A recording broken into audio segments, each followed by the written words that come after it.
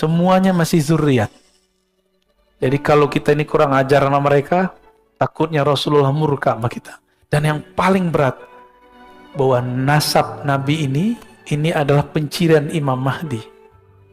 Maka ciri-ciri pengikut Dajjal di akhir zaman ini tidak percaya Habib, bahwa mereka keturunan Rasulullah sallallahu alaihi wasallam, ya.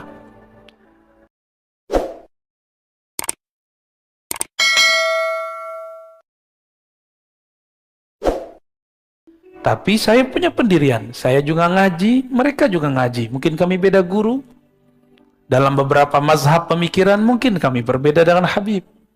Boleh nggak? Habib sama Habibnya beda. Habib Qori Shihab beda dengan Habib Rizik. Yang Habib yang sering isi di sini, Habib Jindan, beda dengan Habib Rizik. Maka pro kepada salah satunya bukan berarti pro kepada kebenaran. Itu mahabbah antum aja. Senangnya pergerakan yang mana? Saya terbebas, terlepas dari semua pendirian keagamaan atau politik mereka. Saya cuma mengatakan, ana uhibbukum ayuhal habaib. Aku cinta kepada kalian semua. Karena Nabi SAW mengatakan, ahibbu ahla baiti hubban li. Cintailah ahlu baitku karena engkau cinta kepadaku. Karena saya memandang nasabnya Habib Rizik, nasabnya Habib Jindan, semuanya zuriat Rasul. Di darah mereka ada darah suci Rasulullah SAW. Karena hormat kepada darah mereka, nasab mereka, maka kita cinta kepada mereka. Tapi tolong bedakan cinta dengan fikrah. Ya, kita doakan semoga Habib-Habib kita dijaga oleh Allah. Dalam perbedaan mereka, dalam perseteruan mereka, semoga Allah tetap merahmati kita semua. Negeri ini kalau nggak ada habaib, nggak ada Islam. Itu Wali Songo, semuanya yang masih diperdebatkan ini Sunan Kalijaga. Apakah beliau zuriat atau tidak? Ya, semuanya zuriat Rasulullah Shallallahu Alaihi Wasallam. Paling ada Prof. Slamet Mulyana dulu klaim itu keturunan Cina. Kalaupun dia campuran, tapi nasab ayahnya zuriat Rasulullah. Sunan Gunung Jati, namanya apa? Asy-Syarif, pakai alif lam. Asy-Syarif Hidayatullah. Kenapa disebut Sunan Hidayat Jati? Ini Jati orang Cirebon. Jati, Jati, Zati. Sunan yang mabuk dalam ma'rifat zat Allah. Maka nama beliau Sunan Hidayat. Hidayat zat Allah. Itu maksudnya. Itu bukan cocok logi, Pak. Beliau nggak pernah nanam pohon jati, nggak ada. Salah paham itu, ya. Nama asli beliau Asy-Syarif Hidayatullah. Asy-Syarif keturunan Hasan. Ada Syekh Jumadil Kubra. Ada Maulana Malik Ibrahim. Ada Maulana Ibrahim As-Samarkandi. Itu Ibrahim aja ada dua. Di Tuban itu ada namanya Maulana Ibrahim As-Samarkandi. Hampir semua kiai-kiai tua di Jawa keturunan beliau. Makanya Gus itu tadi bukan Gus, Gus itu Sayyid aslinya. Raden itu artinya Sayyid. Dan ternyata Paku Buwono keberapa? Ke-9 keberapa? Itu masih zuriat. Dan di Solo juga ada perkawinan campuran antara sultan-sultan dengan ya mungkin istri-istrinya saya nggak tahu. Karena ketemu wajah mereka, saya bilang, ente Habib Sayyid, enggak, aneh keturunan Solo, gitu. Aneh keturunan ini segala macam. Ya. Dan kita cinta mereka semua. Di Pontianak ada kesultanan, ya, Al-Qadri. Itu zuriat Rasulullah. Sampai ke Ambon, baik Ambon Selatan, Ambon yang sekarang, ataupun Halmahera, itu zuriat Rasulullah Sallallahu Alaihi Wasallam. Itu mau kemana? Yang bikin kesultanan dulu di negeri ini, Kesultanan Banten, Sultan Hasanuddin, itu zuriat Syarif Hidayatullah. Ya, mau apa lagi? Semuanya masih zuriat. Jadi kalau kita ini kurang ajar sama mereka, takutnya Rasulullah murka sama kita. Dan yang paling berat, bahwa nasab Nabi ini adalah pencirian Imam Mahdi. Maka ciri-ciri pengikut Dajjal di akhir zaman ini tidak percaya Habib, bahwa mereka keturunan Rasulullah sallallahu alaihi wasallam, ya. Maka antum yang cinta dengan Habib Rizik, saya juga cinta Habib Rizik. Antum yang cita Habib Jindan, saya juga cita Habib Jindan. Apalagi guru-guru mereka, Al-Habib Omar. Ya, ada di Jawa Timur, Habib Taufik. Tapi saya juga cinta dengan Habib Quraisy Shihab. Ya. Terus tiba-tiba orang kayak antum yang nggak kuliah S1, S2, S3, tafsir seperti beliau, berani mengomentari tafsirnya. Ngaca dulu. Yang paling lucu LC, baru S1 berani komentarin Profesor Doktor. Pak Quraisy Shihab itu S1, S2, S3-nya tafsir.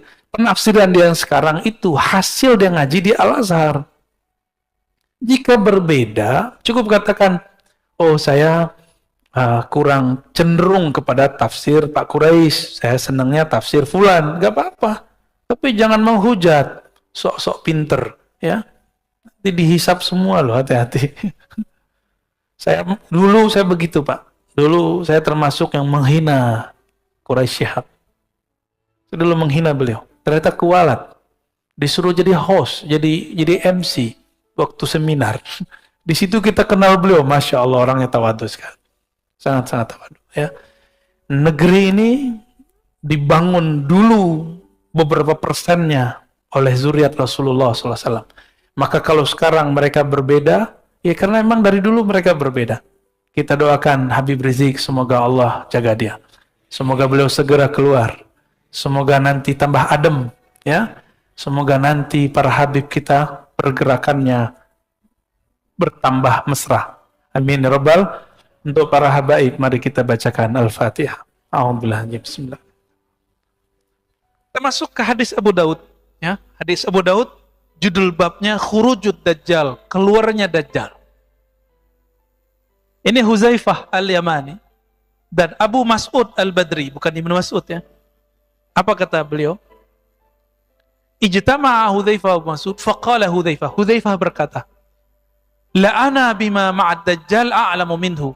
Saya lebih mengerti persoalan Dajjal daripada Abu Mas'ud. Nah, ini dalil boleh ngomong saya tahu dalam bab keilmuan untuk membagi keilmuan, bukan untuk gagah-gagahan.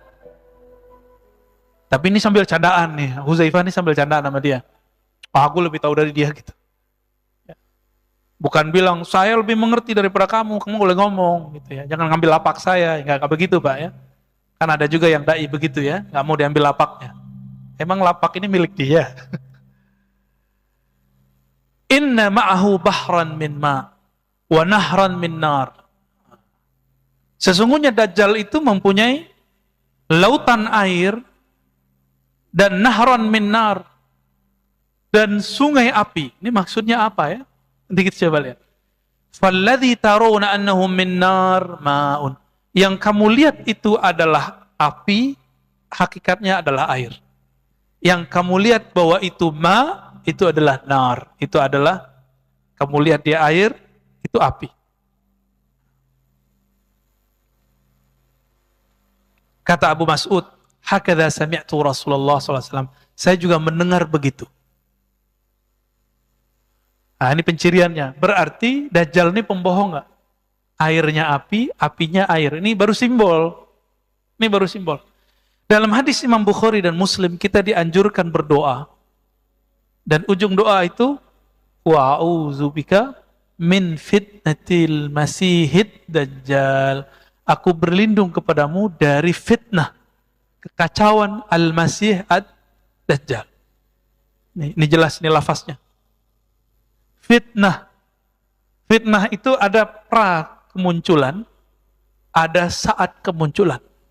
Masih ingat tadi saya menyebutkan 40 hari Nabi Musa, dia sanggup menyesatkan Bani Israel padahal ada Nabi Harun, ada Nabi Yusha.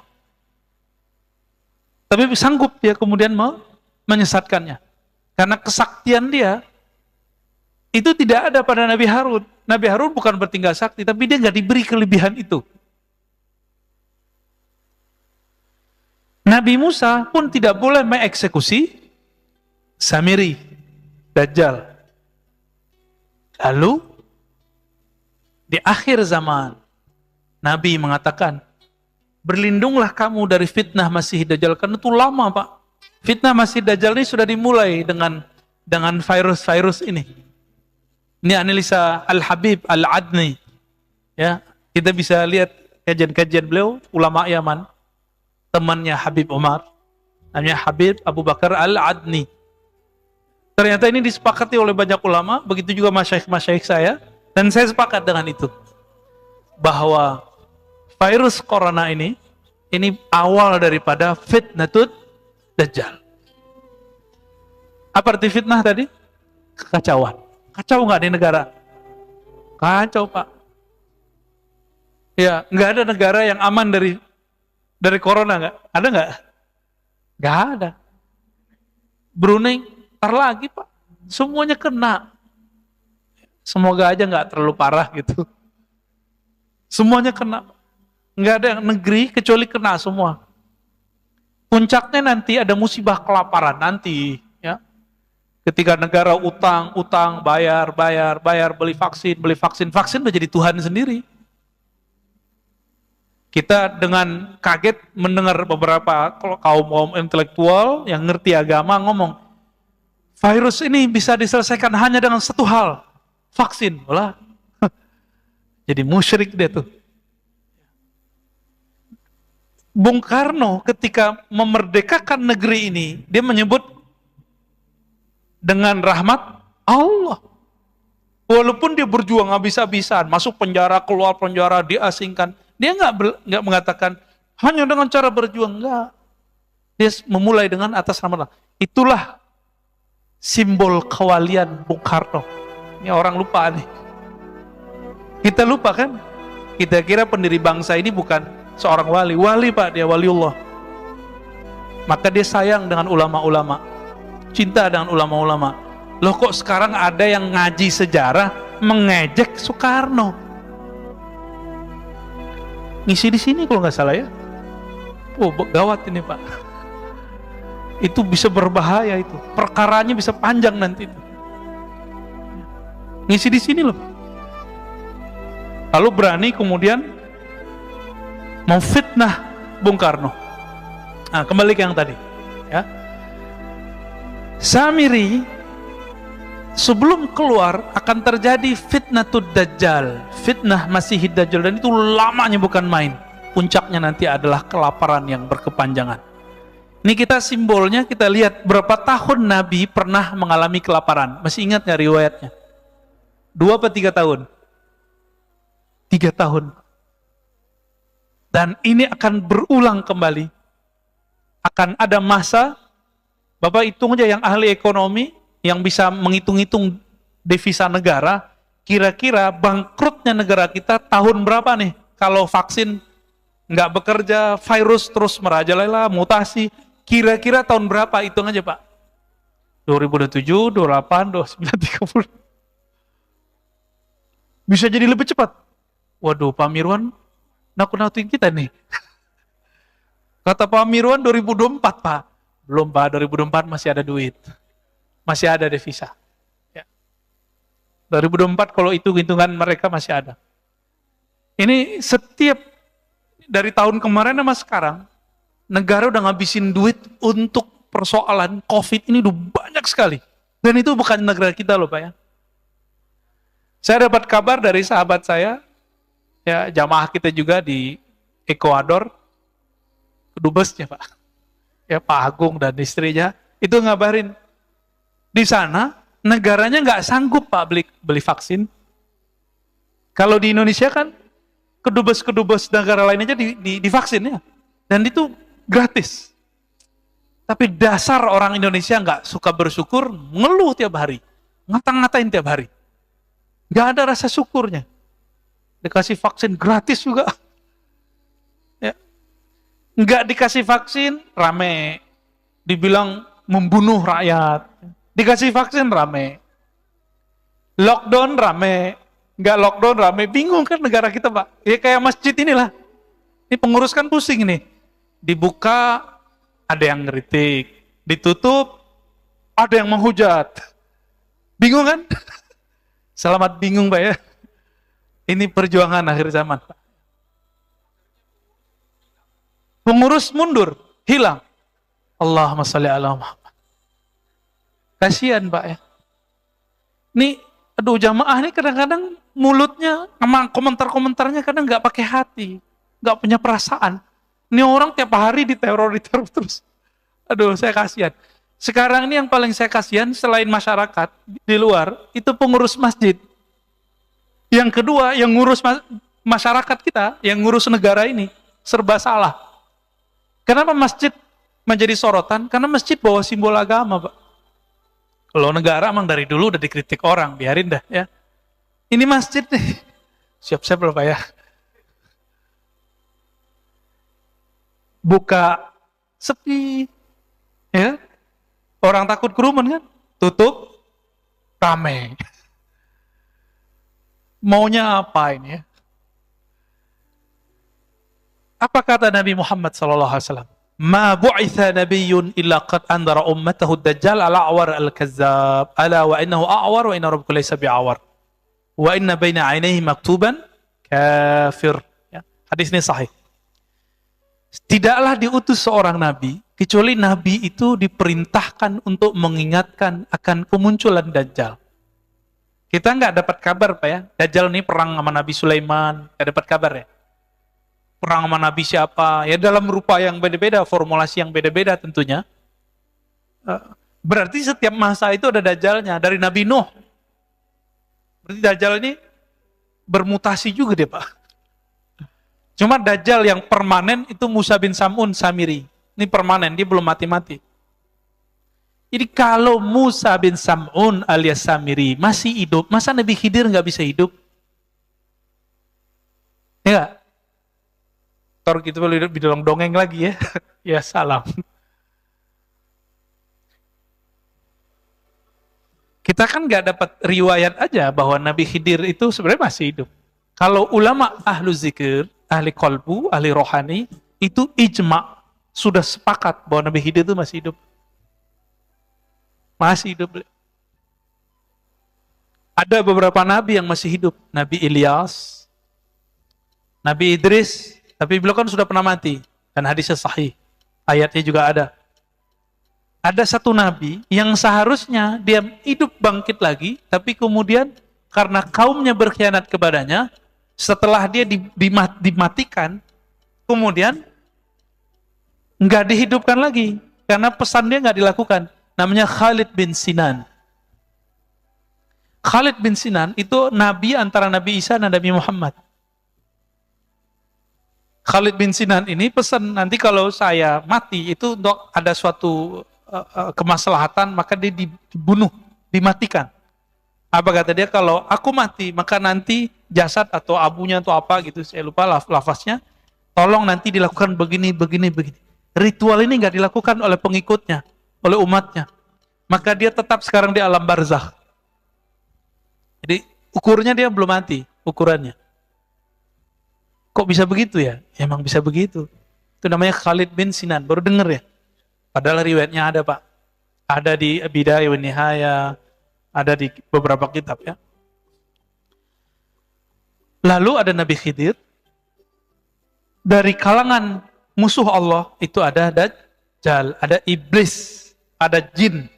Jin itu kalau nggak dibunuh oleh jin yang sakti atau manusia yang sakti, dia nggak mati Pak. Jin itu. Korin, nggak hati-hati. Beberapa orang belajar zikir, nggak tahu, nggak ada bimbing oleh guru yang bersanad sahih kepada Rasulullah. Ketika dia zikir, yang datang Syekh Abdul Qadir, ternyata korinnya.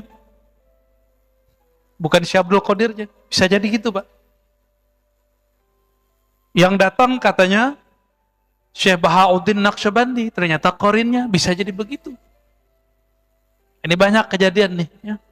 Ada orang tertentu yang terkena ini. Dan hati-hati. Ya. Bapak saudara makan Allah. Kemudian, apa kata Nabi? Ya. Kalau tadi 40 hari, maka nanti Dajjal itu keluarnya berapa hari? Juga 40 hari. Hari pertama seperti setahun, hari kedua seperti sebulan, hari ketiga seperti hari-hari yang lain. Hari seminggu. Itu di total 40 tahun rasanya.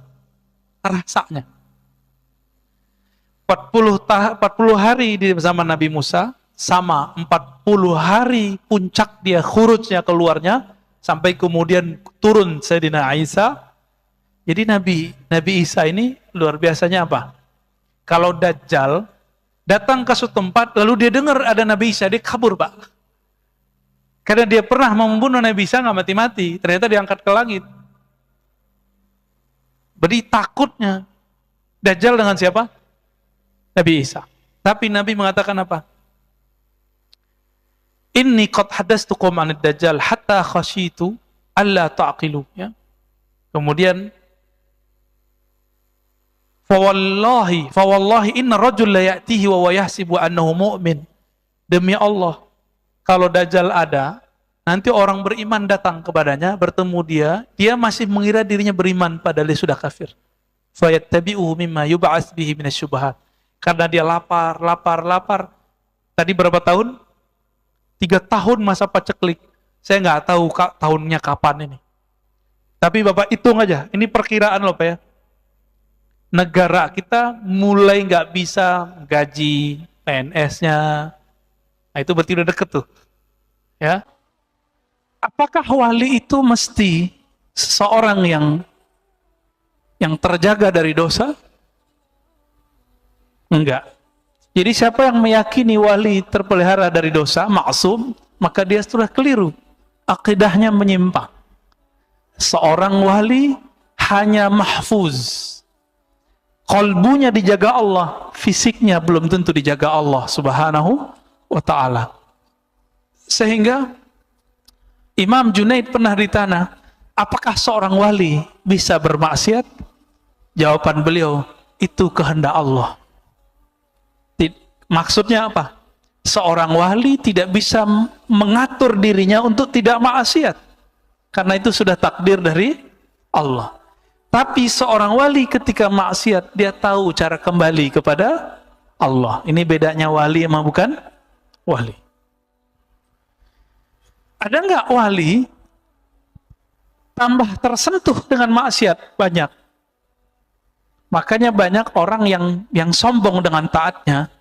Itu kalau Allah melirik orang ini akan dibiarkan oleh Allah sejenak bermaksiat. Ketika dia bermaksiat, Allah ambil lagi, lalu dia sadar, ya Rob, ampunkan aku, dan dia bisa nangis. Makanya kadang-kadang kita yang merasa banyak ibadah ini, Allah jebak Pak dengan takdir-takdir yang kadang-kadang kita nggak sadar bahwa kita sudah maksiat. Jadi jangan GR dulu kalau sudah beribadah, ya. Belum tentu jadi wali, ya. Kadang-kadang ada orang jadi wali bukan karena ibadahnya, dan itu sering. Tapi karena dia meniru sifat-sifat Allah. Ada seorang wali, dia pakai kedinginan Pak, musim dingin, subtropis. Negeri subtropis itu dingin, hujan turun, berikut dengan saljunya. Tiba-tiba dia melihat ada seekor anjing, itu kedinginan. Bajunya, jubahnya dia buka, kemudian dia selimutkan itu si anjing. Malamnya dia bermimpi, Allah mengangkatnya menjadi wali karena dia menyayangi seekor makhluk Allah Subhanahu wa ta'ala. Kisah ini kok nggak ada zaman Nabi? Emang nggak ada. Tapi sebelum Nabi ada yang lebih parah lagi. Seorang pelacur memberi minum seekor anjing. Sama itu. Maka si perempuan itu jadi wali Allah Pak langsung. Karena wali Allah itu pintunya satu, diampuni oleh Allah. Dan di hadis itu dikatakan Allah mengampuni si perempuan. Benar gak? Maka dia diampuni, saat itu dia jadi wali Allah. Jadi jadi wali Allah itu gampang-gampang susah Pak. Ya, gampang-gampang susah. Benar gak? Jadi kadang orang beribadah 10 tahun gak jadi wali Allah. Kenapa? Dia terobsesi dengan ibadahnya, pengen jadi wali. Nafsu jadi wali. Padahal tetangganya gak makan, dia cuek. Ya. Satpam dia bentak. Ya. Cleaning service dia hardik. Orang tempat bekerjanya dia rendahkan. Sholatnya dahsyat, hafal Quran bisa jadi. Inilah yang Nabi katakan, Dia hafal Quran, tapi tidak tembus sampai ke relung dadanya. Makanya hati-hati Pak. Sekarang banyak program tahfiz, benar nggak? Itu bagus. Cuma hati-hati. Karena Nabi juga mengabarkan nanti Khawarij, manusia tapi bersifat seperti monster. Mereka hafal Quran, tapi hafalannya tidak tembus sampai ke kalbunya. Kenapa? Mereka mendulukan hafalan, tidak mendulukan iman. Maka saya mengajak kalau masukin anak ke sekolah tahfiz, lihat gurunya. Gurunya mengajarkan akhlak, iman atau tidak. Bersanad kepada Rasulullah atau tidak. Kalau tidak, nggak usah Pak. Jangan-jangan ini proyeknya Khawarij. Karena Khawarij ini menjadi komoditi musuh-musuh Islam. Yang buat ISIS siapa Pak? Ya mereka. ISIS itu hafal Quran, baca la ilaha illallah, benderanya la ilaha illallah, tapi berapa ribu ulama dan umat Islam, bahkan mungkin sudah jutaan, itu mati di tangan mereka.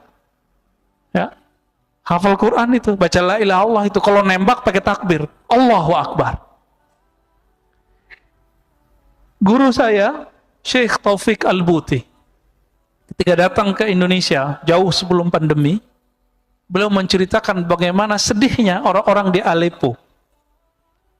Orang di Aleppo nggak ada urusan Pak sama ISIS, tapi ISIS ingin berlindung di balik masyarakat. Lalu mereka bomlah pusat pembangkit tenaga listrik, lalu kemudian pusat air bersih. 3 bulan tidak ada cahaya, tidak ada listrik, 3 bulan tidak ada air bersih. Dan mereka ngebom itu sambil takbir.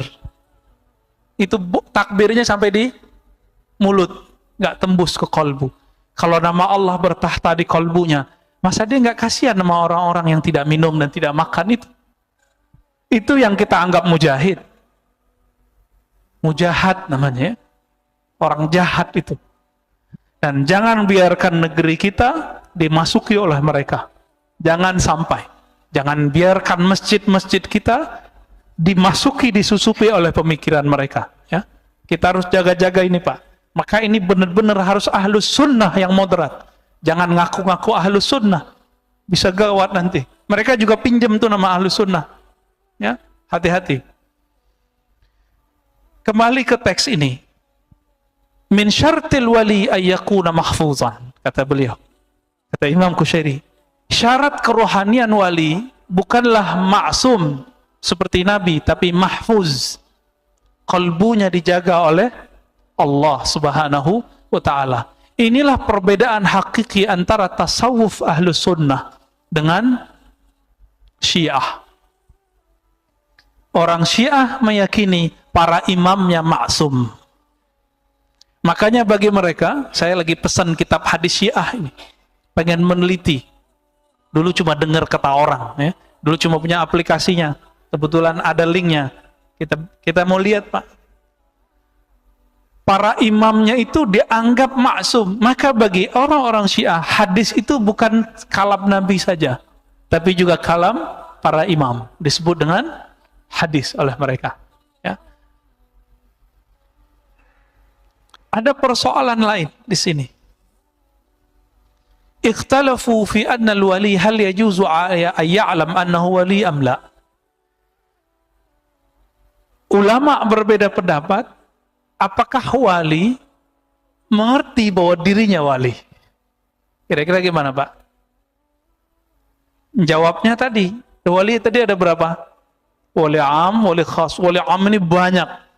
Antum cinta Allah, cinta Rasulullah, percaya kepada Allah, percaya kepada Rasulullah, amalkan yang wajib, kerjakan sunat. Udah menjadi wali Allah yang umum. Mudah toh? Buang kebencian dari kolbu, buang kesombongan dari kolbu. Semua kita punya kelemahan dan aurat, dan semua aib kita punya. Wali yang begini nggak sadar kalau dirinya wali. Tapi wali yang khas, yang Allah sudah ganti sifatnya, masa dia nggak tahu kalau dia wali? Pasti dia tahu dirinya wali. Sebagaimana Nabi tahu dirinya Nabi.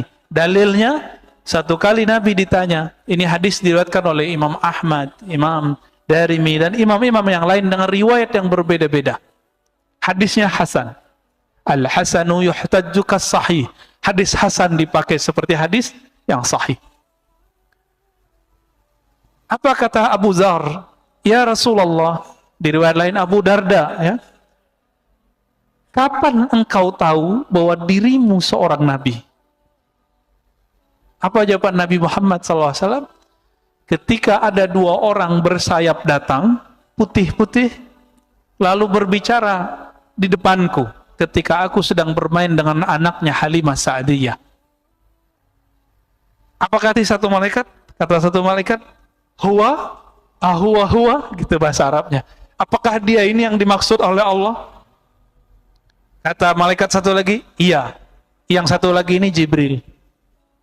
Betul, dialah orangnya. Karena Jibril ketika Nabi Muhammad belum lahir sudah bolak-balik datang ke Aminah mengabarkan, nanti kamu akan melahirkan seorang anak yang Nabi dan Rasul. Jadi Aminah sudah tahu anaknya Nabi dan Rasul. Lalu kemudian apa kata Nabi? Aku dibedah dadaku dan diambil isi jantungku dan dibersihkan. Inilah saat Nabi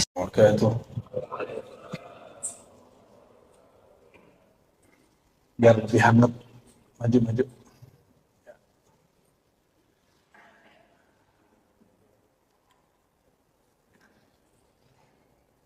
Alhamdulillah rabbil alamin, hamdal hamidin, hamdal mustaghfirin, hamdan yuafi ni'amahu wa yukafi mazidah. Asyhadu an la ilaha illallah, asyhadu anna Muhammadan abduhu wa rasuluh. Allahumma shalli wa sallim wa barik ala nabi al-karim ibn al-karim wa ala alihi wa ashabihi wa barik wa sallim. Amma ba'du, Allahumma bika asbahna wa bika amsayna wa bika nahya wa bika namut wa bika nushur. Bismillahilladzi la yadurru ma'a ismihi syai'un fil ardi wa la fis samaa'i as-sami'ul 'aliim. Allahumma inna nas'aluka khaira hadzal yawm wa khaira fihi wa ma ba'dahu. Na'udzu bika min syarri hadzal yawm, syarri ma fihi wa syarri ma ba'dahu. Baik, Bapak Ibu subuh yang bukan Allah. Saya jarang sekali buat majelis subuh ya.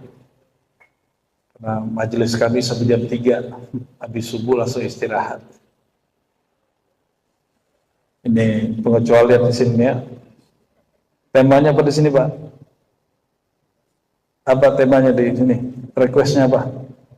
Nggak ada. Temanya nggak ada. Tayyib. Nama masjidnya apa nih? Assalam. Oke, kita babnya assalam aja ya, supaya tahu masjid itu namanya nggak sembarangan. Sebelumnya mari kita baca suratul Fatihah. Semoga Allah bukakan kalbu kita, pikiran kita untuk mendengarkan sabda-sabda Nabi Muhammad SAW. Al-Fatihah.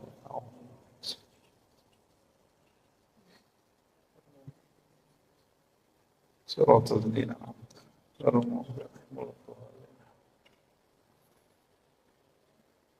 Assalam itu salah satu dari nama baginda Nabi Muhammad SAW. Itu pertama. Yang kedua, itu nama daripada surganya Allah Subhanahu wa taala. Darus Salam. Yang ketiga, Assalam adalah sapaan Nabi Muhammad sallallahu alaihi wasallam. Bahkan sapaan ahli-ahli surga. Bahkan sapaan daripada penjaga surga. Faqala khazanatuha salamun alaikum tibtum. Ya, ada kalimat begitu, penjaga surga berkata salamun alaikum, salam atas kamu. Sudah berapa tuh? Ya, sudah tiga dulu ya. Waktunya pendek soalnya. 4 deh, tambahin.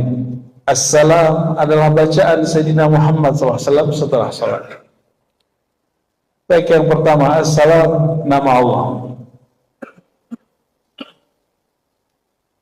Wallahu alladhi la ilaha illahu al-malikul quddusus salam. Ya, 2 atau 3 ayat terakhir daripada surat Al-Hasyr. Dalam Sunan Abi Dawud, Nabi SAW bersabda, maukah kalian, ya, atau siapa di antara kalian membaca A'udzubillahi Samiil Alim Syaitanir Rajim, lalu membaca 3 ayat terakhir Al-Hasyr yang ada kalimat Wallahu alladzi la ilaha illahu, lalu ada lagi ayat berikutnya Wallahu alladzi la ilaha illahu, dan ada Asmaul Husna. Salah satu Asmaul Husna yang dibaca di situ adalah Qudusus Salam. Orang yang membacanya, maka Allah akan turunkan kepadanya 70,000 minal malaikah, 70,000 malaikat. Hadis riwayat Imam Abu Dawud, ya. Kurang yakin, cek sendiri, ya. Hadis Abu Dawud, 70,000 itu sedikit atau banyak? Sedikit atau banyak? Benar, banyak. Belum pernah lihat belum malaikat 70,000? Belum? Sama saja belum. Itu masuk ke alam gaib. Malaikat itu tercipta dari nur, tapi nur yang dimaksud di situ bukan nurullah langsung, tapi nur Sayyidina Muhammad sallallahu alaihi wasallam. Maka lebih mulia nur beliau atau nur malaikat? Nur Muhammad. Ini yang orang tidak faham. Orang mengira malaikat lebih mulia dari Nabi Muhammad.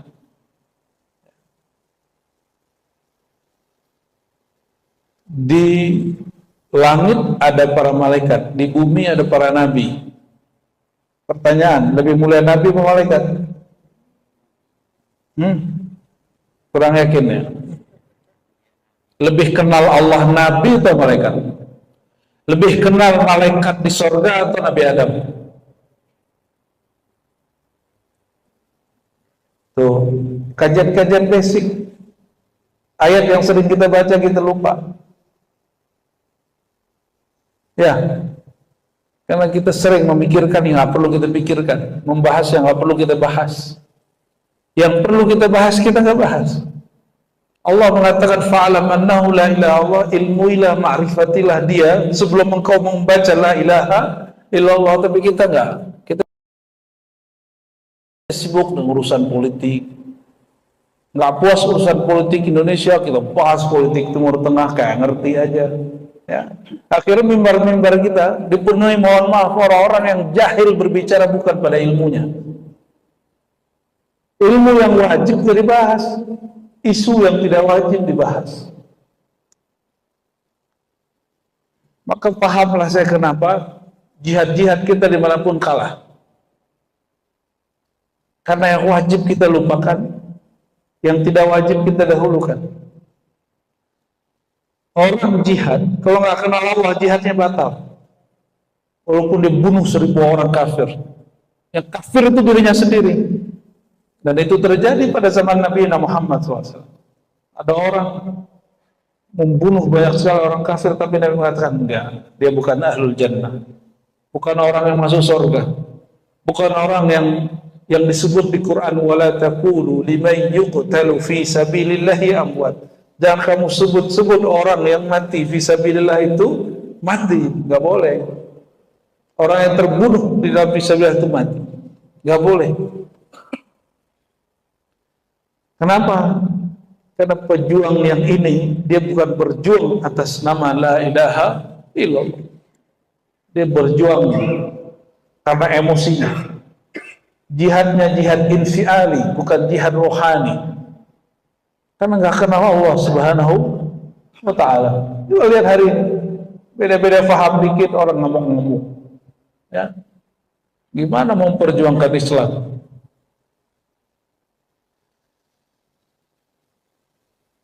Dibaca surat ini, 3 ayat terakhir dari Al-Hasyr, itu diberkahi dengan nama 70.000 malaikat. 70.000 malaikat. Kenapa? Karena di dalamnya ada nama-nama Allah Subhanahu wa ta'ala. Jadi satu nama Allah itu ribuan malaikat yang memikulnya. Huwallahul ladzi la ilaha illa huwa al-malikul quddusus salam. Hu itu bagian dari nama Allah. Tapi orang hari ini membid'ahkan zikir dengan hu. Ya. Zikir pakai hu bid'ah kan. Padahal para imam kita menyebutkan zikir dengan hu salah satu bagian daripada zikir nama Allah Subhanahu wa ta'ala. Apa dalilnya ini ayatnya? Huwallahul ladzi la ilaha illa hu. Ya, biasanya kita sering baca apa? La ilaha illallah. Kalau di sini Wallahu alladzi la ilaha illa hu. Hu itu nama Allah bukan? La ilaha illa hu itu nama Allah. Cuma banyak orang nggak paham di situ. Ya. Ini contoh, ya, ini contoh. Dan as-salam adalah turunan dari salah satu nama hu. Ya, al-malikul quddusus salam. Itu penjelasan hu. Siapakah dia? Dia itu al-malik al-quddus as-salam. Apa makna as-salam? Zat yang sempurna, terbebas dari semua kekurangan. Yang terbebas dari kekurangan siapa? Allah SWT. Maka ba'da salat, nah diloncat nih, assalam itu yang keempat, Allahumma antas salam. Ya Allah, engkaulah assalam. Engkaulah yang tidak pernah cacat. Kalau kita ada kurangnya, kita ada kurangnya. Maka jangan cari kesempurnaan pada makhluk, cari kesempurnaan pada Khalik. Gimana caranya? Caranya jadilah abdus salam, hamba Allah yang assalam. Maka Imam Al-Ghazali dalam kitab Al-Maqsad Al-Husna menyebutkan cara kita berinteraksi dengan nama Allah itu ada. Jadi ada cara interaksi dengan nama Allah. Namanya berta'alluq, berkoneksi dengan Allah melalui nama. Kita kalau nyapa orang pakai hoi atau pakai nama? Oi, gitu. Nyapa begitu nggak, Pak? Mau nggak disapa dengan hoi? Mau? Nggak mau lah. Ustadz mau dipanggil hoi, gitu. Nggak mau Ustadz, ya. Itu kita, apalagi Allah Subhanahu wa ta'ala. Maka kita memanggil Allah dengan namanya. Walillahil asma'ul husna. Allah punya nama-nama yang indah. Fad'uhu biha. Maka untuk memanggilnya, berkorelasi dengan Allah, berkoneksi dengan Allah itu lewat nama. Itu salah satunya. Satu kali Sayyidah Aisyah ditanya, wahai Aisyah, apa zikir Nabi pada sholat? Kalau beliau mengatakan Nabi itu kalau sholat enggak berdiri kecuali baca istighfar dan Allahumma antas salam minkas salam tabarak rabbana wa ta'ala ya dzal jalali wal ikram. Itu doa Nabi. Pendek gak? Cuma ulama kita tambahin makna Allahumma antas salam minkas salam. Gimana Ustaz? Allahumma antas salam minkas salam wa ilaika ya'udus salam fahayna rabbana bisalam wa adkhilna jannata darussalam tabarak. Itu tambahan-tambahan doa. Boleh nggak baca gitu ya? Boleh. Yang nggak boleh ente nambahin rakaat sembahyang. Atau ganti lafaz sholat. Assalamualaikum, assalamualaikum ganti selamat pagi, selamat sore, itu nggak boleh. Ya. Ada juga yang lucu itu pertanyaan. Bolehkah salaman habis sholat? Hari gini masih nanya begitu. Yang nggak boleh itu ente salaman sebelum salam. Salaman sebelum salam nggak boleh, tapi kalau salaman pada salam, jangan gitu jungkir balik juga habis salam juga boleh ya. Bolehkah pakai tasbih Ustaz? Menghitung zikir setelah assalamualaikum? Boleh. Jangankan itu, Ibnu Taimiyah dalam Majmu' Fatawa membolehkan kalau zikir sholat tasbih Sholat tasbih, zikirnya dalam sholat pada sholat, ngitung tasbihnya. Itu boleh pakai alat tasbih. Itu yang berkalam Syekhul Islam Imam Salafi Ibnu Taimiyah di kitab Majmu' Fatawa. Lu ada orang yang sekarang bid'ahkan Nabi sholat, ya sudah, terserah ente dah. Berarti kata bid'ah itu antara imamnya pengikutnya beda gitu. Salah satu orang yang mendapatkan nur salam, nur Allah salam, lisannya dan kalbunya akan bersih dari kebencian-kebencian. Yang keluar salamun qaulan min rabbir rahim.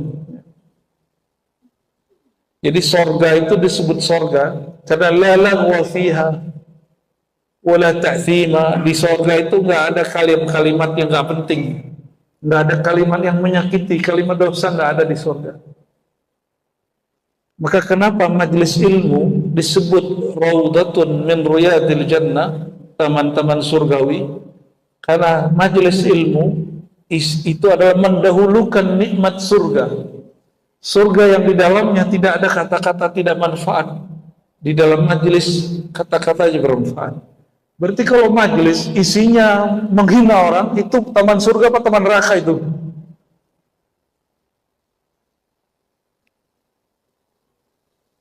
Saya serius Pak, jawabnya Pak. Majelis isinya menghujat orang yang beda politik sama kita. Itu raudatul jannah, taman surgawi, atau itu bara neraka itu. Raudatul nar. Itu nama yang baru saya dengar seumur hidup itu. Kayaknya di Masjid As-Salam ini dalam munculnya. Hari ini kan seperti itu. Beda faham, kita menghujat orang. Beda faham boleh, canda-candaan waktu beda faham boleh. Politik, sholat, cara sholat boleh beda nggak?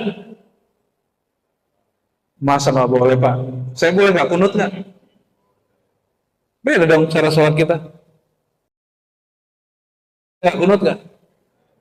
Terus saya boleh nggak kunut? Di sini bismillah dikuatkan, dijaharkan. Saya boleh nggak bismillahnya dikecilkan? Boleh. Masa dalam politik kita nggak boleh beda? Nah, umat Islam itu paling gampang ditipu dengan simbol agama. Hati-hati, ini orang Islam kan? Jangan mau ditipu orang dengan simbol agama. Karena kita udah berkali-kali ditipu dari zaman Abdullah bin Ubay. Si Ibn Ubay itu sudah nipu umat Islam dengan simbol agama sampai hari ini. Ya, dulu ada orang Belanda, siapa namanya? Snoek. Ya, itu nipu umat Islam juga dengan simbol-simbol agama. Dan sudah berapa kali umat Islam ditipu, dijual bab agama untuk urusan politik. Di zaman Nabi ada pemilu nggak Pak? Berarti pemilu bukan dari sunnah ya? Jadi kalau beda cara, beda pilihan kita boleh nggak? Sholat yang dikasih cara oleh Nabi kita boleh beda, apalagi dengan hal yang Nabi tidak kasih contoh. Maka kalau beda pilihan, jika orang itu di kolbunya dan nur salam, dia tidak perlu menghujat orang yang beda pilihan. Jika orang itu ada nur salam, cara sholatnya pun beda, dia nggak ngamuk-ngamuk ke orang. Ya, gimana? Itulah faedah orang baca Allahumma antas salam wa minkas salam. Ya Allah, assalam itu adalah engkau. Kalau suka ngomel, suka ngata-ngatain orang, suka merendahkan orang, itu enggak assalam. Disebut sorga itu bahasa Sanskerta. Bahasa Arabnya jannah. Jannah itu kebun taman, assalam, yang di situ tidak ada aib. Kalau masih ngomongin aib orang itu belum disebut surga. Maka kalau majelis istilahnya bikin aib orang, aib sesama muslim, itu bukan taman-taman surgawi. Ya, itu bara neraka yang dahulukan. Auzubillah, nauzubillah. Maka cek nanti Pak, kalau pulang majelis, kolbunya tambah bersih atau enggak, kalamnya tambah mulia, terpuji atau tambah kotor. suka ngomel, ya, semua salah. Apa istilahnya kalau dulu? Ya, ini orang ini kan mau turun sudah, semua salah Jokowi gitu ya. Ya, mumpung orangnya udah mau turun. Kita kalau nggak bisa mengkritik dengan baik, jangan mengkritik dengan buruk. Nggak bisa mendoakan baik, jangan mendoakan buruk. Ini perbedaan kekasih Allah dengan kekasih setan. Suatu kali ada seorang murid minta ke gurunya, itu disebutkan di beberapa kitab ya, Ibnu Taimiyah menyebutkan kisah ini dan banyak sekali yang hampir mirip-mirip. Ada seorang murid minta kepada gurunya wirid hizib doa Ismul Azam yang di dalamnya ada nama agung, nama Allah agung, yang Nabi katakan idza du'iya bihi ujiba. Jika dia berdoa dengan itu, Allah jawab. Jika dia berlindung dengan itu, Allah lindungi. Berarti ini sembarangan kan doanya? Tidak sembarangan. Maka Tuan Syekh mengatakan, kamu berangkat keluar, kamu lihat di sekitar masjid, nanti ada sesuatu. Pergilah dia ke depan. Dan dia lihat di depan masjid, ada orang tua, sudah tua dan renta, itu lagi jalan, diganggu orang, dihina orang, dikata-katain orang, sebab dia jalannya menghalangi orang, ditendang, ya, dihina, disebut pikun, disebut segala macam. Tapi dia cuma senyum, dia diam, ya. Pulang-pulang si murid lapor kepada gurunya, Tuan Syekh, saya nggak ngeliat apa-apa, kecuali cuma ada aki-aki, udah tua, pikun, renta, dia dikata-katain orang, dia didorong-dorong orang, dihina orang, tapi dia diam aja dan dia senyum. Tuan Syekh ini sering doa, bahkan panglima-panglima datang ke tempat dia, itu kalau doa pasti menang. Karena dia punya al-ismul azam, nama Allah, nama kunci untuk berdoa ke langit. Apa kata Tuan Syekh? Tahukah kamu itu siapa? Orang tua itu? Dia bingung, saya nggak tahu. Tapi sebelum ditanya itu siapa, Tuan Syekh nanya, jika kamu anak muda ini adalah orang yang didorong-dorong, dikata-katain itu, kira-kira kamu ngapain? Kalau saya nggak tega, saya pasti doain kehancuran bagi orang itu. Ya. Didorong sebalik dorong. Ya. Kata Tuan Syekh, tahukah kamu? Saya belajar Ismul Azam, nama Allah yang agung, nama kunci Allah dari orang itu. Dan syarat dari beliau apa? Gak boleh doa lagi marah. Dan gak boleh mendoakan kebencian bagi orang, gak boleh mendoakan hancur bagi orang. Sanggup? Kalau sanggup saya kasih. Anak muda akhirnya mengatakan, kami tidak sanggup. Gimana? Baghdad hancur. Berbulan-bulan dihancurkan, akhirnya sempat khalifahnya kosong 3 hari 3 malam. Itu orang-orang mati di mana-mana. Ya, berdarah di mana-mana. Ini kita sampaikan di beberapa majelis kajian tentang tauhid. Sehingga ada seorang imam di Mesir mengatakan, ya Rabb, fihumun nisa, bainahumun nisa wal atfal. Bukankah di sana ada perempuan, ada anak-anak? Kenapa engkau biarkan mereka mati terbunuh?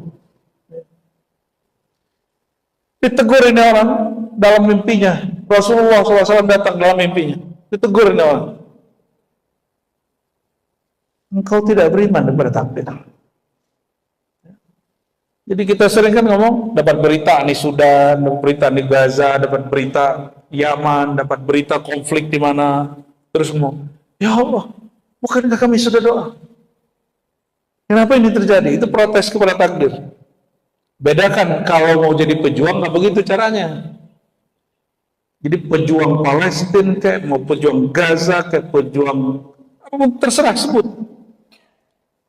Kenapa tidak Allah ijabah sampai hari ini? Karena kita sering mengeluhkan takdir. Dan kita sering eksploitasi video orang menderita untuk kepentingan filantropi kita. Tahu filantropi ya? Apa filantropi? Untuk keperluan sedekah. Kita sering begitu, Bapak Ibu.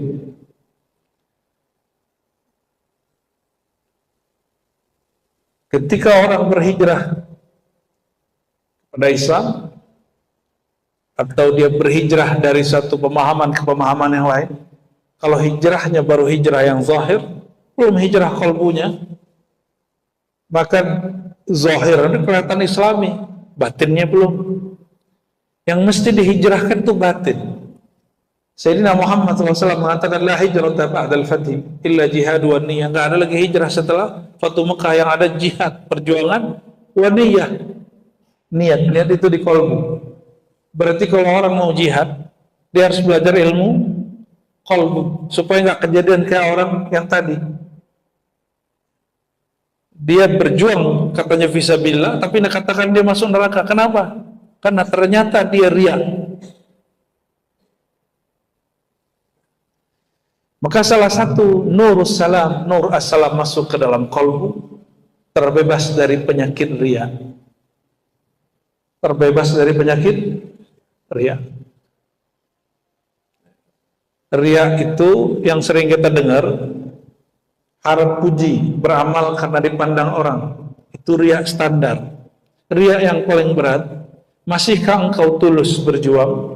Masihkah engkau tulus beribadah? Masihkah engkau bersamai gurumu di saat orang-orang menghujat kamu dan gurumu? Di saat orang menghujat nabimu, di saat orang menghujat cara berfikirmu. Kalau harap puji, insya Allah Bapak ini selamat. Coba kalau disenggol dikit, marah nggak? Saya udah punya murid banyak, Pak. Untuk bab yang ini jarang yang lolos. Bab yang satu ini jarang yang lolos. Bab takut dicaci. Itu bagian daripada riya tersembunyi. Ya, khaufus syatam, takut dicaci. Gampang tersinggung kalau dicaci. Ya, akhirnya gelisah. Asbabnya apa tahu? Kenapa orang sibuk takut dengan cacian? Asbabnya satu saja. Membiarkan telinga atau mata. Telinga mendengarkan kata-kata komentar orang, mata sering membaca komentar-komentar orang. Itu sebabnya. Sedangkan hatinya lalai kepada Allah Subhanahu wa taala. Berarti intinya di mana? Hatinya harus benar. Kalau hati benar, pasti matanya nggak senang membaca komentar. Ya, selastu wiridan anak muda hari ini dan bapak-bapak itu baca komentar ya. Ya. Zikir 100 paling cuma 5-10 menit sibuk. Kalau baca komentar 15 menit 20 menit gak sibuk.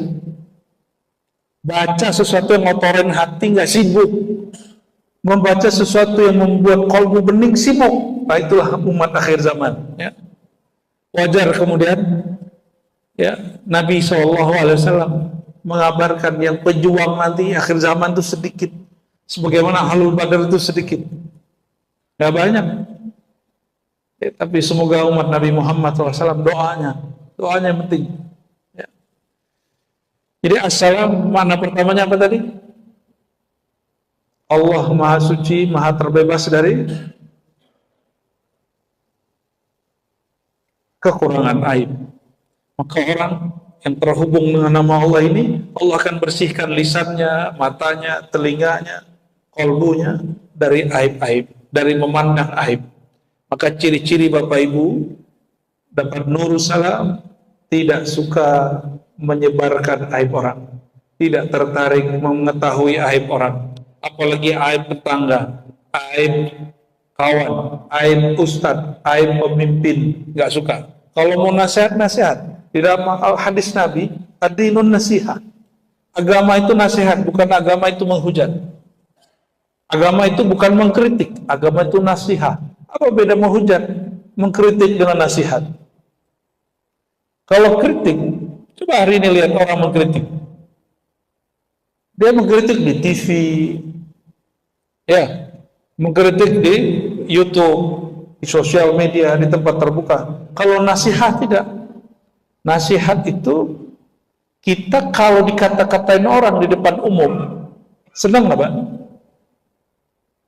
Senang nggak? Terus kenapa Bapak suka ngata-ngatain orang? Orangnya namanya gubernur kayak, bupati kayak, wali kota kayak, presiden kayak, kenapa? Kenapa kita terlalu nyaman dan merasa itu nasihat? Padahal itu bukan nasihat. An-nasihat bukan itu. An-nasihat itu ketulusan memberi perhatian kepada orang yang kita sayangi. Itu an-nasihat. Maka disebutkan di hadisnya. Untuk siapa nasihat itu, wahai baginda? Beliau jawab, lillah, karena Allah. Wali rasulihi, para rasul, kitab. Ya, a'immatul muslimina wa ammatihim. Para imam orang Islam dan amatihim dan masyarakatnya. Allah perlu diceramahin nggak? Maka nasihat untuk Allah. Memang Allah perlu diceramahin. Ada kritik untuk Allah. Maka kata nasihat beda dengan kritik. Apalagi menghujat. Saya bingung dari ini. Ya, orang pakai kopiah, pakai sorban, katanya lagi menasihati pemerintah, menasihati ustadz, menasihati orang yang beda faham. Tapi yang terjadi apa? Yang ada dia menghujat. Ternyata ada kesalahan menerjemah. Perbedaan menghujat, mengkritik dengan menasihati. Imam Syafi'i, Imam Salafus Saleh, beliau mengatakan, jangan salahkan aku jika engkau menasihatiku depan umum. Jika engkau memberi nasihatku depan umum, lalu aku malu untuk menerimanya, gengsi untuk terimanya. Terus gimana? Jika engkau ingin mengingatkan aku, ingatkan berdua, 4 mata, sehingga aku tidak keberatan menerimamu. Kalau malu, malu berdua, malu sendiri. Itu sekelas Imam Syafi'i loh, Pak. Imam Syafi'i itu jabatan tertingginya cuma qadhi, nggak nyampe jadi bupati, jadi presiden, itu nggak jadi. Itu baru selevel Imam Syafi'i. Apalagi orang yang punya kekuasaan. Dan kita beruntung di zaman kekuasaan yang kalau mengkritik hari ini kita nggak ditangkap orang. Benar nggak? Bapak pernah hidup di zaman Orde Baru nggak? Guru saya berkali-kali ditangkap tentara. Dulu yang nangkap tentara Pak Abri, bukan polisi dulu. Bener ya? Masih ingat waktu zaman Abri, TNI Polri masih satu. Guru saya ceramah, masih tahun sebelum 98, 97 ceramah. Umur beliau waktu itu sudah 70. Ceramah mengkritik Soeharto, turun langsung dibawa Pak Kodim ke kantornya. Saya masih ngaji waktu itu ke beliau. Sebelum Mei yang kerusuhan itu, yang reformasi itu 98, itu belum pun dipanggil lagi oleh tentara-tentara. Gak bisa. Dulu kita seperti itu. Negara jiran masih begitu, Pak. Saudi lebih gila lagi.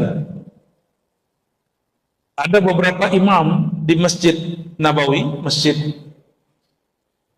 Haram, hanya mengkritik pemerintah, menyindir lewat doa. Turun, langsung diturunkan ke imamannya. Gak boleh jadi imam lagi. Ya. Dan beberapa figur-figur ustadz-ustadz masyhur di sosial media mereka dan di TV mereka, ya, ada Turaifi, ada macam-macam namanya. Sekarang nggak nongol lagi sama sekali, karena dia mengkritisi pemerintah dengan satu kalimat saja di dalam ceramahnya. Indonesia gimana? Orang yang kritik pemerintah di sini, ada nggak yang masuk penjara sini? Nggak ada, Pak. Kebebasan ini orang nggak sadari. Memang begitu, orang dapat nikmat tuh nggak sadar dapat nikmat. Orang sehat tuh nggak sadar dia sehat. Kapan orang sehat sadar dia sehat? kalau sakit. Ya. Dipanggil, baru minta ampun ini bukan ke Allah, ayo ke Pak Polisi. Itu tanda kolbunya nggak takut kepada Allah, takutnya ke jamaah. Jamaah lagi ramai kritik siapa, ikut-ikutan kritik siapa. Karena kolbunya belum nurus salam. Belum nurus, jadi mulai dari kita, mulai ke teman, mulai ke pengurus masjid. Kalau ke pengurus masjid itu jangan mengkritisi, menasehati. Nasihati. Kalau sudah bisa begitu, ke Pak RT-nya, ke Pak RW-nya, ke kelurahan, itu udah mulai tuh naik. Kalau ke yang pemimpin yang levelnya dasar nggak bisa cara menasihati, apalagi kepada yang lebih tinggi. Jangan-jangan kita baca Allah mantas salam selama ini, itu gak ada efeknya. Karena membaca tidak paham yang dibaca. Nggak mesti Bapak ini bisa menerjemah, tapi coba pahami makna satu kalimat, lalu hayati dalam hidupnya. Allahumma antas salam, wa minkas salam. Dan karena tidak mungkin semua kita bahas, assalam salah satu nama surga, dan itu salamnya penghuni surga, penjaga surga kepada ahli surga. Bahkan itu salam dari Allah, dan disebutkan dalam surat Yasin, salamun qaulan min rabbir rahim. Salam itu adalah kata dari Rabb, pencipta yang rahim. Apa arti rahim? Penyayang. Kenapa tidak disebut min rahman? Apa beda salam min rahman dengan min rahim? Kalau assalam dari ar-rahim itu hanya di surga. Kalau rahman itu sebelum masuk surga juga udah ada. Di luar surga juga dapat. Kalau ar-rahim itu udah pasti orang itu masuk surga. Karena rahimnya Allah hanya Allah tumpah ruahkan kepada ahli surga di dalam surga. Kalau rahman itu orang non muslim dapat, Pak. Asbab rahman ini orang yang nggak nyembah Allah hari ini masih hidup. Orang yang hari ini dia menyekutukan Allah masih diberi nikmat, itu berkah nama Allah Ar-Rahman. Jadi apa perbedaan Rahman dan Rahim? Rahman sayang Allah meliputi yang beriman kepadanya ataupun yang durhaka kepadanya. Kalau Rahim, kasih sayang Allah yang terkhusus kepada yang beriman kepada Allah, patuh kepada Allah, bermakrifat kepada Allah Subhanahu wa ta'ala. Dan bagian terakhir, jadi setelah disebutkan tadi, maka amalan untuk mendapatkan nur salam ini dua, amalan zahir, amalan batin. Zahirnya apa? Afsus salam bainakum, kata beliau, tebarkan assalam. Assalam itu menebar kedamaian, menebar kata-kata baik. Baca assalamualaikum, tapi isinya ngapain?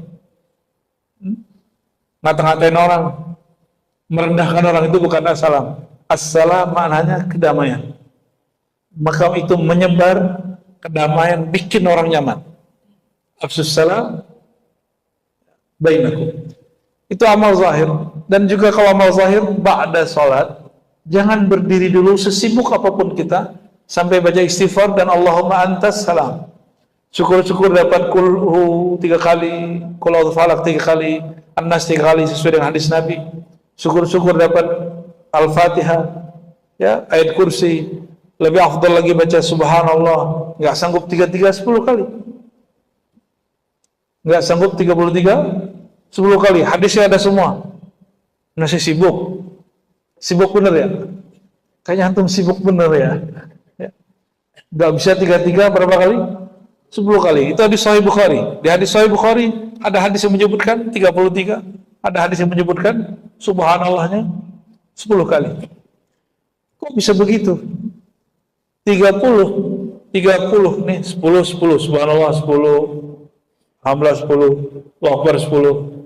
Kalau dikalikan 10 jadi berapa? 90 ditambah la ilaha illallah 100, sama aja. tapi kolbunya harus hadir menyebutnya. Ya, itu amalan zahir. Amalan batinnya apa? Orang yang terhubung kepada Allah as-salam, maka amalan kolbunya, dia tidak pernah berpikir buruk terhadap takdir Allah. Satu, ya, mau takdir kita jadi orang Indonesia, maka ciri-ciri orang begini, dia akan mendahulukan amal ahli surga sekarang. Apa amal ahli surga? Orang ahli surga nggak pernah mengumpat. La laghwa fiha wa la ta'si. Nggak pernah kata-kata yang kotor. Coba mulai. Mau dapat rahasia ini? Coba jangan kurangin. Hari ini jangan ngumpat deh. Ya. Jangan menghina orang, jangan menyebut aib orang. Hari ini aja dulu. Dan rasakan besok cobain lagi. 40 hari tidak membicarakan aib orang. Itu kolbunya langsung dapat nurus salam. Langsung dapat nurus salam. Pasti itu. 40 hari tidak berpikir buruk tentang takdir, dia akan mendapatkan kebahagiaan menerima menjalani takdir. 40 hari, 40 malam, seseorang tidak lagi memasukkan kata-kata kotor ke dalam kalbunya, maka antum saksikan setelah 40 hari akan muncul ya nabiul hikmah, ya, kata-kata hikmah, tumpah ruah dari kalbu keluar lewat mulut. Kalau kami latihannya 40 hari dulu, per 40 hari satu amalan. Satu amalan 40 hari.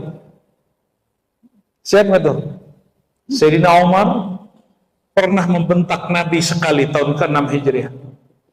Untuk menebus kesalahannya, dia puasa 40 hari dan tidak tidur di malam hari. Baru Allah maafkan dia. Gimana? Antum udah berapa kali bentak guru? Nyindir guru, nyari aib teman, wajar kalbunya gak bening-bening. Cek sholatnya tadi enak apa enak? Nikmat apa tidak nikmat? Itu karena kalbunya menghadap kepada Allah, bukan dengan kalbu yang ada nur salam. Dan terakhir karena as-salam itu nama Allah, as-salam itu nama Allah, maka berzikir as-salam ya as-salam dengan kalbu, dengan lisan, itu akan menghadirkan rasa kebersamaan dengan Allah yang Maha Salam. Ya, kalau bersama Allah yang as-salam, surga salamnya dikasih. Insya Allah. Semoga bermanfaat. Semoga kita dimasukkan Allah ke jannatus salam. Amin rabbal alamin. Allahumma ajirna minan nar. Allahumma ajirna minan nar. Allahumma salli ala Sayyidina Muhammad wa ala ali Sayyidina Muhammad. Allahumma inna nas'aluka ridhaka wal jannah wa na'udzubika min sakhatika wan nar. Ya Allah, kami meminta kepada Engkau ridhamu, surgamu, dan kami memohon ampun daripada semua kemarahan dan kemurkaan. Allahumma ajirna minan nar. Ya Allah, bebaskan kami, orang tua kami, guru-guru kami, pasangan kami, anak-anak kami, orang-orang yang belajar kepada kami, minan nar, daripada azab Engkau. Wa adkhilnal jannah bi syafaati man kana bi yadihi mafatihul jannah. Ya Allah, izinkan kami yang hina ini, yang amalannya belum ikhlas ini, yang salatnya tidak khusyuk ini, yang zikirnya masih sedikit ini, untuk memasuki surga dengan berkat syafaat Nabi Engkau, kekasih Engkau yang di tangannya ada kunci-kunci surga. Allahumma bihaqqi la ilaha illallah fa ahyina wa amitna ala dinil Islam wa akhrij min qulubina ma siwa. Rabbana atina fid dunya hasanah wa fil akhirati hasanah wa qina adzaban nar.